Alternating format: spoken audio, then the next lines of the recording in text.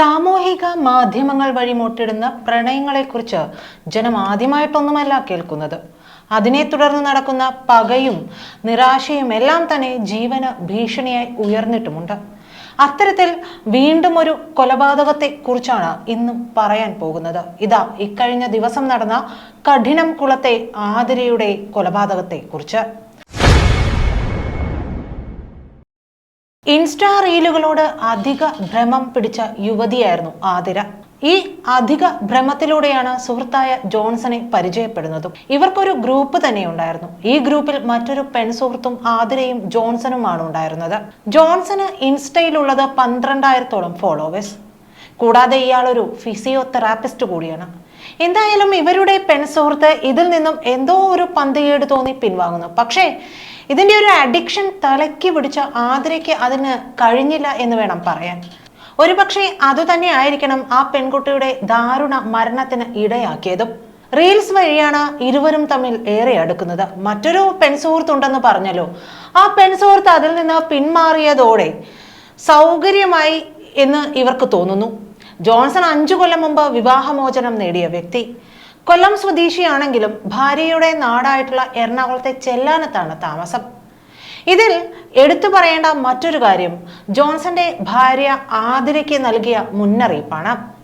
ജോൺസന്റെ ശല്യം കൂടിയതോടെ ഒഴിവാക്കാൻ വേണ്ടിയിട്ടാണ് ഇയാളുടെ ആദ്യ ഭാര്യയുമായി ആതിര സംസാരിച്ചിരുന്നത് എന്നതാണ് പുറത്തു വരുന്ന സൂചന.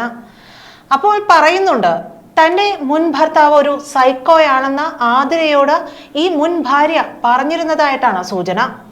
ചെല്ലാനത്ത് ഇയാളെ സൈക്കോ ഔസേപ്പ് എന്നാണ് അറിയപ്പെട്ടിരുന്നത്. കൊല്ലം ദളവാപുരം സ്വദേശിയാണ് ജോൺസൺ ഔസേപ്പ്. ഇവിടെ ഇയാളെ കള്ളൻ രാജു എന്നാണ് നാട്ടുകാർ വിളിക്കാറുള്ളത് അത്രേ. നിരവധി ക്രിമിനൽ കേസുകളും ഇയാളുടെ പേരിലുണ്ടെന്നാണ് സൂചന. എന്തായാലും തനിക്ക് ഇതിൽ നിന്ന് ഊരിപ്പോരാൻ കഴിയില്ല എന്ന് മനസ്സിലാക്കിയതോടെ ആതിര ഭർത്താവ് രാജേഷിനോട് ഇക്കാര്യം പറയുകയാണ്. ആതിരയുടെ ഭർത്താവ് അടുത്തൊരു അമ്പലത്തിൽ പൂജാരിയാണ്. എന്തായാലും ഭാര്യയുടെ അവിഹിതത്തിന്റെ പുറകെ പോകാൻ താല്പര്യമില്ലാത്തത് കൊണ്ട് ജോൺസനെ പറ്റിയുള്ള മറ്റു വിവരങ്ങളൊന്നും രാജേഷ് ചോദിക്കുന്നില്ല. ഒരു 7 മാസം മുമ്പാണ് ഇതേക്കുറിച്ച് പറയുന്നത്. അപ്പോൾ രാജേഷ് ഫോണൊക്കെ പിടിച്ചു വെച്ചെങ്കിലും പിന്നീട് അയ്യോ പാവം തോന്നി അത് കൊടുക്കുകയാണ് ചെയ്തതെന്നാണ് വിവരം. ഇതോടെയാണ് കൊലപാതകത്തിലേക്കുള്ള ജോൺസന്റെ യാത്രയും മരണത്തിലേക്കുള്ള ആതിരയുടെ യാത്രയും തുടങ്ങുന്നത്. 1 വർഷമായി ആതിര ജോൺസണുമായി അടുപ്പത്തിലാണ്.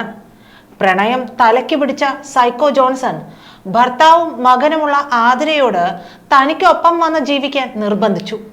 ഈ 1 വർഷത്തിനിടെ ഇയാൾ ആതിരയെ കാണാൻ ഏതാണ്ട് എല്ലാ മാസവും തന്നെ ആ വീട്ടിൽ എത്തുകയും ചെയ്തു. കൂടാതെ ഇരുവരും ചേർന്ന് പലയിടങ്ങളിലും കറങ്ങി അടിച്ചിരുന്നതായിട്ടുള്ള വിവരങ്ങളുമുണ്ട്. ഈ സമയങ്ങളിലുള്ള പല ദൃശ്യങ്ങളും ജോൺസന്റെ പക്കലുണ്ട്. ഇത് വെച്ച് ജോൺസൺ ആതിരയെ ഭീഷണിപ്പെടുത്തി പണം ഉൾപ്പെടെ വാങ്ങിയിട്ടുണ്ട്. 1.5 ലക്ഷത്തോളം രൂപയാണ് പലതവണയായി വാങ്ങിയത്. കൊല്ലപ്പെടുന്നതിന് 3 ദിവസം മുമ്പ് 2,500 രൂപ ആതിര നൽകിയതായിട്ടും കണ്ടെത്തിയിട്ടുണ്ട്. 5 മാസത്തിനിടെ ഇയാൾ ഇത്രയധികം തുക വാങ്ങുകയും പിന്നീട് ജോൺസൺ ഒപ്പം ഇറങ്ങി വരാൻ വേണ്ടി നിർബന്ധം പിടിക്കുകയും ചെയ്യുന്നു. പണം ചോദിച്ചതും ഇറങ്ങി വരാൻ പറഞ്ഞതിലുമുള്ള നിർബന്ധം കൂടിയതോടുകൂടി കാര്യങ്ങൾ കൈവിട്ടു പോകുമെന്ന് ആതിരയ്ക്ക് ഉറപ്പായി. ഇതോടെ ജോൺസണുമായി അകലാൻ ആതിര ശ്രമിക്കുന്നു. ഫോൺ വിളിച്ചാൽ എടുക്കില്ല, വീട്ടിൽ നിന്ന് മാറി നിൽക്കുക. അങ്ങനെ ജോൺസണ് ഒരു തരത്തിലും ആതിരയെ കാണാനും മിണ്ടാനും ഒന്നും പറ്റാതെയായി. പലപ്പോഴും സ്വന്തം വീട്ടിലുമൊക്കെ ആതിര പോയി നിൽക്കാൻ തുടങ്ങി.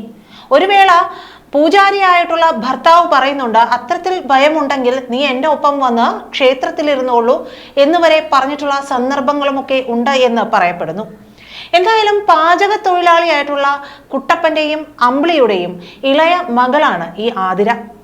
കൊല്ലപ്പെടുന്നതിന്റെ തലേ ദിവസം ആതിര കുടുംബത്തോടൊപ്പം മാതാപിതാക്കളെ കാണാനായിട്ട് മൂളയത്തെ വീട്ടിൽ എത്തിയിരുന്നു.